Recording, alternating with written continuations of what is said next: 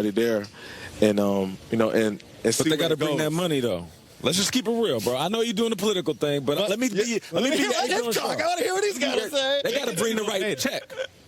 I mean, yes. I mean, because as a player, you want to get everything you can, out of this game when you're playing. Because at my position, you don't play very long. So exactly, I want to get. I feel like my worth, and I just get with my agent and try to figure things out. But at the end of the day, like you said, the money, has to be there because, that's what this league is. That's what it is. Nate working his magic. That's know nobody it. else. It works. I'm telling you, there's guys in the league who owe him. Nate, you were such a hype man. I try to be. I just keep it real. Play the game to get paid. That's what everybody else does when they leave college. It's no different in the league, and I feel like he deserves to get paid. But what does get paid mean? Well, take a listen to what Henry said to Rich Eisen the day after about where he sees contract negotiations starting. Is Zeke numbers the floor? Is that the floor? Zeke numbers is the floor. I mean, that's it, right? I mean, he's the guy. He had a contract. You are a free agent. I mean, so you can pretty much dictate in a way what you would like to have happen. And so you will test the market, or is it a way that Tennessee could prevent that from happening? Is what you're saying? I mean, I hope they prevent it from happening. I mean, I love to stay in Tennessee, and then see what happens. Though, I mean, it's all. I mean, got to talk to my agent, work things out with them, and Okay, and you led the league in carries and yards, and so you have pretty much put your resume on the table for the Tennessee Titans. I hope so. I did. I hope so. Of Zeke Elliott, huh? Well, if Zeke's numbers are the floor, negotiations for Derrick Henry would then start at $15 million per year. He's the league's leading rusher. He did carry his team to an AFC Championship appearance. Does that mean that Derrick Henry should be the highest paid running back in the NFL? It's very complicated, Kay. It is. Here's what I would say. The idea that you look at the game and say, well, you got to just pay this guy. And he carried him. He was the best running back in the playoffs. You just pay him. It's very naive. It's much more complicated than that. And what you try to do is study a little bit of history. The concern with Derrick Henry, of course, the position, the wear, tons of carries going back to college. I say this every time. Contracts are not a reward. They're an investment in the future.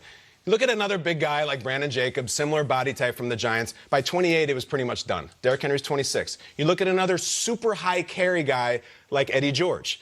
By 26, 27, he wasn't even touching 4 yards a carry. It was starting to wear down. So what would you do? You can't let Derrick Henry go.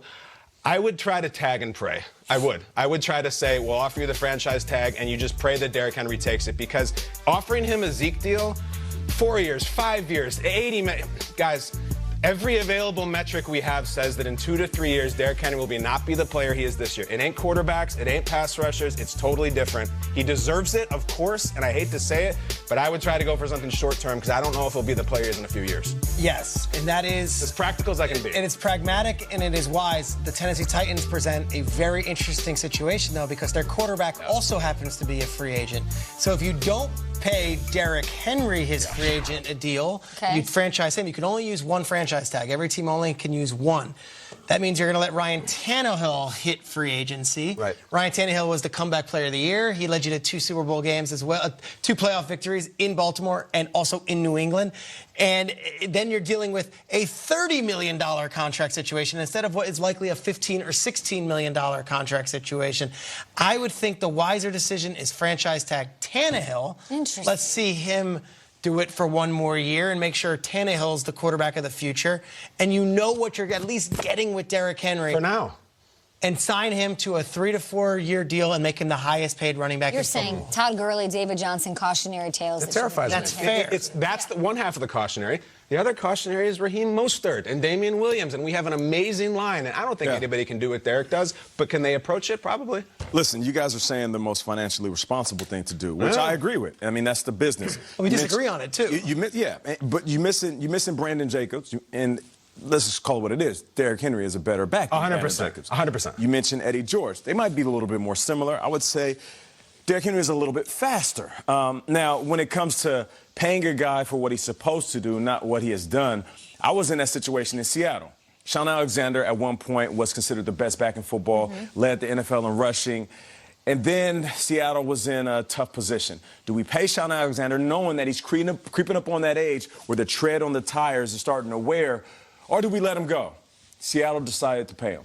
And in all honesty, it handcuffed the squad for a little bit. Because at that point, Shaun Alexander wasn't the guy he used to be. I think he only lasted another year after that. Then he went on to try to get a cup of coffee with the Washington Redskins. But with that said, I was okay with it. I was perfectly fine with it. Everybody on the squad was, even if we knew that Shaun wasn't going to be the same.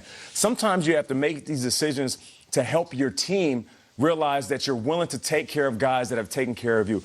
There's a way to pay him big bucks and not handcuff your team for 10 years. You can say, you know what, okay, what's the average? We'll give you big dollars, short amount of years, and let's see if he can do that for a couple of years. And then we'll revisit this again. A 2 to 3 year contract, that can also give Derrick Henry some stability. If you say, hey, well, franchise, he's like, no, give me a little bit more. But if we give you a 3-year deal, up the money, pay him up front right now, and the back end's a little light, I think Derrick Henry's like, all right, I can respect that. I can appreciate that. I'll run hard for you for a couple of years, and we'll talk again in 3.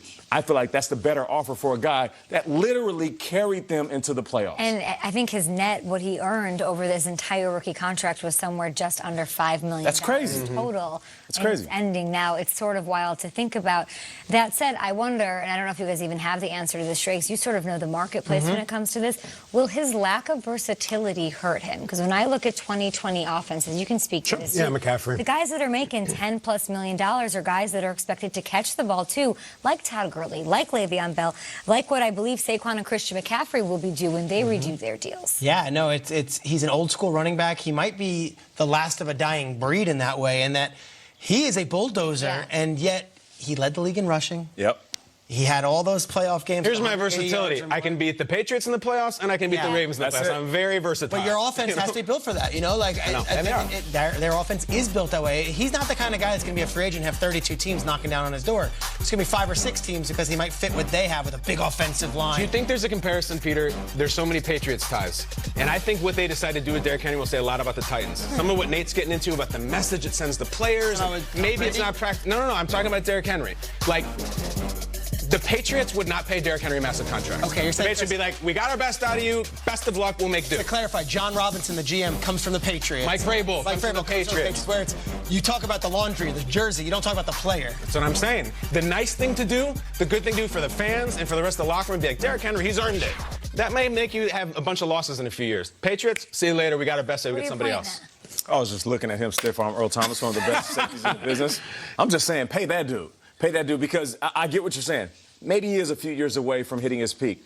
But in those few years, maximize it. Take advantage and have him run as much as he can. It's a business thing. You don't look at the next fiscal quarter. You look at the next quarter of a century. But you're also, I know you mentioned a couple guys, Raheem Mostert's and the late round draft picks that you could find. Look at Damian Williams. Damian Williams. He just had a great Super Bowl. That's also shaking the dice. Yes, it is. You know what I'm saying? Like, it's not a guarantee that you're going to find a diamond in the rough. You're right. Sometimes you got to stick with what you got. And what you got right now is the league's leading rusher. Monster contracts to running backs, man. I know, and they never seem to work. And it's great. You know, those Gurley and McCaffrey and all those guys, like, what were they doing in the playoffs? You know what I'm saying? Like, they're great players, but their teams... Saquon. The second you told me that Shaun Alexander story just now, I thought about the Rams. Yeah. I just thought about the Rams right away in this situation. I don't know if they would say it, that they regret signing that deal, but right now that is not a good contract. Look at Le'Veon Bell. Not a good contract for the Jets.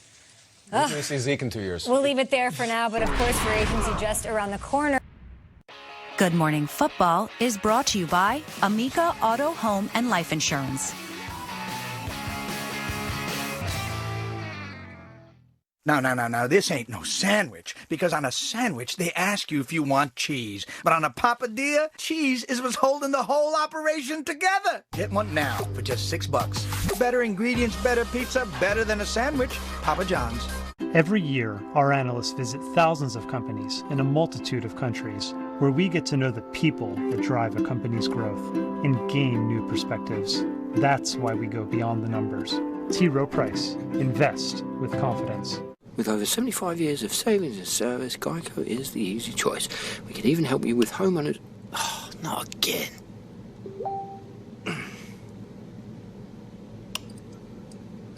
Oh, thanks. You know, automated lights are just the beginning. Pretty soon they're going to have eyes everywhere. Well, good night. Geico, over 75 years of savings and service. Tonight on NFL Total Access, is he too talented to ignore or is he too risky to pick? The truth about Tua from Tua, plus the science of the spin move. Tonight, 7 Eastern.